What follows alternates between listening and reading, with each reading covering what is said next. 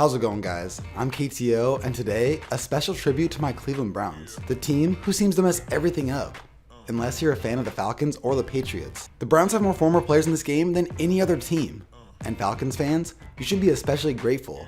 You literally make up half your offense. And with my Terrell Pryor video recently hitting 100,000 views, I had to honor the man by wearing his jersey. It hurt me making this video, but I hope you enjoy. With a chain of events occurring over the span of approximately 2 decades, some poor decisions made by the Cleveland Browns have made this game possible. I'm going to show you all the pieces that the Browns have contributed to this game, and go over the biggest difference makers.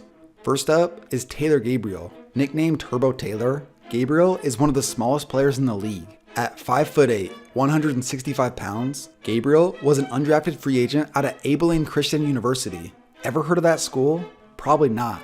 Hence, part of the reason why he was overlooked. But after having a discussion with one of the staff members for Cleveland, he was given a tryout. That tryout turned into a roster spot that eventually turned into the second best receiver stats-wise on the roster, racking in 621 receiving yards. He thrived on that 2014 Browns team, which his offensive coordinator at the time, Kyle Shanahan, knew exactly how to use him. But with a new coordinator every single season, he was never correctly utilized, which really upsets me as a Browns fan. And he was cut by the Browns the following season, which I don't understand because we hardly have any playmakers. But anyway, Gabriel was picked up by the Falcons and instantly turned into a perennial threat from the slot, shocking many fans who had no idea where this dude came from.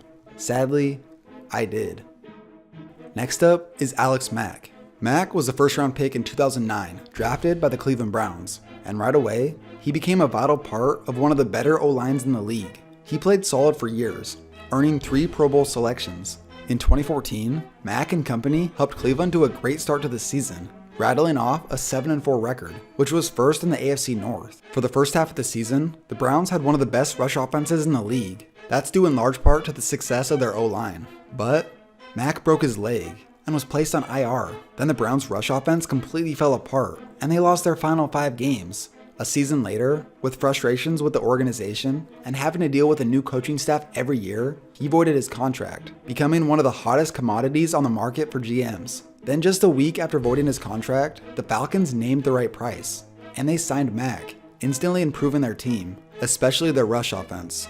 Now remember how I talked about Taylor Gabriel being cut by the Browns? The man who brought him into Atlanta was his former offensive coordinator in Cleveland, Kyle Shanahan. I'm sure he was pumped to see Gabriel being released. He knew exactly what he was capable of, and made him a threat in his offense. I mean, he's just a really good receiver. We got Taylor in a tryout camp in Cleveland, and I don't remember exactly, but I want to say he was our second leading receiver. I don't know if that's exactly right, but I mean, he helped us a lot. Kyle Shanahan has proved to be one of the brilliant young minds in football. I'm just trying to understand how he ever decided to go to Cleveland. I also believe Alex Mack may have been drawn to Atlanta because of Shanahan. Shanahan transformed a bunch of misfits in Cleveland. Guys like Brian Hoyer, undrafted rookies Isaiah Crowell, and Taylor Gabriel. Their best offensive player, Josh Gordon, was suspended most of the year, and he led them to their best record in almost a decade. That's just incredible to me. But after the cries of fans begged for Johnny Manziel, the front office forced it upon Shanahan to use Manziel, and he became incredibly frustrated. He was so upset, he walked into Mike Pettine's office, the head coach at the time, and gave him a 32-point presentation on why he should let him out of his contract. And the presentation was so convincing, Pettine let Shanahan walk.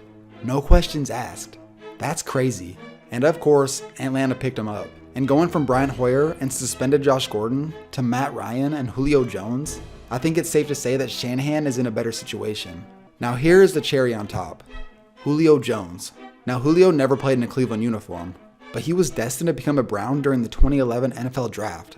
Cleveland had the 6th overall pick, and with a need at wide receiver, they were set up to draft Julio Jones. The pieces fell into place for them to get him at number 6. That's when the phone rang, and with the high price of a draft day trade, the Falcons offered the Browns a blockbuster deal, 5 total picks, including their first rounder the next season. Traded the 6th pick to the Atlanta Falcons. And the Falcons moved all the way up from 27 to 6 and drafted Julio Jones. With the Browns having 5 total picks from this draft, you would think they would have came out of this deal with something decent.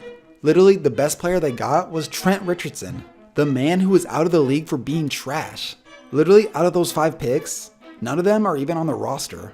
Now the Patriots have plenty of contributions from the Browns as well. The 3 players on the roster from Cleveland are Barkevious Mingo, Jabal Sheard, and Dion Lewis. Obviously the notable player here is Lewis. Lewis was only a shortstop in Cleveland. After being traded to the Browns, Lewis sustained a fractured fibula and missed the entire 2013 season. After not getting what the Browns were looking for, he was eventually cut in 2014. Lewis went on to go to Indianapolis where he was cut as well. That's when the Patriots picked Lewis up and worked their magic. Lewis became a dynamic monster out of the backfield. He's incredibly versatile, including having a kick return touchdown in their divisional game this playoffs. The man was cut twice, and now he's a big-time game changer.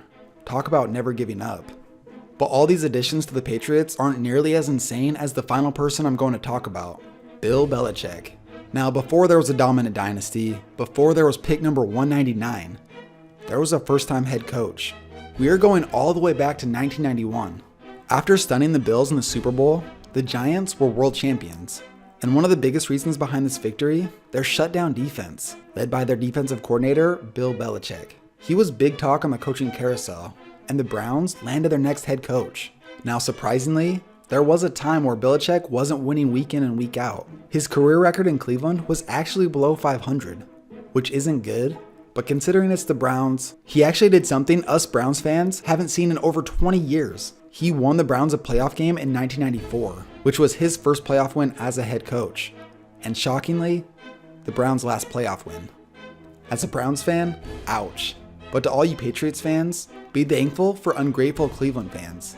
Because listen to this story. Now this is crazy. Belichick made several unpopular decisions during his time in Cleveland, but none more controversial than the one involving quarterback Bernie Kosar. As Kosar aged, he wasn't as good as he once was, but Kosar was popular in Cleveland.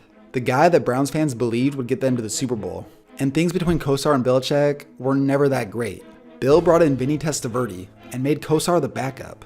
Then one Sunday, Testaverde got hurt, and when Kosar went in, he didn't run the plays Belichick called, and Belichick, being himself, cut him the next day. And to put things lightly, Cleveland raged. Belichick received death threats. His kids couldn't even ride the school bus. He had to have cops stationed outside his home, and fans outside of the stadium echoed with chants of, "Bill must go." Now, things between the Browns owner Art Modell and Bill Belichick were never that great, and Belichick later told the press that this situation was, quote, the most off-the-charts negative situation maybe in football history. Halfway through his final season in Cleveland, the owner Art Modell announced he was moving the team to Baltimore, and then after that season, over a phone call, he fired Bill Belichick. And with a few short stops along the way, including becoming the Jets coach for one day, Belichick landed in New England. The rest is history. While New England rose to stardom, Cleveland stayed in a state of utter disaster and has been that way ever since. So thank you for checking out this video, and a special shout out to all my loyal subs. We just hit 10,000 subscribers, which is awesome. I honestly didn't expect this to happen this quickly, and I'm truly grateful for all of you. So have a good one. I'll catch you in my next video.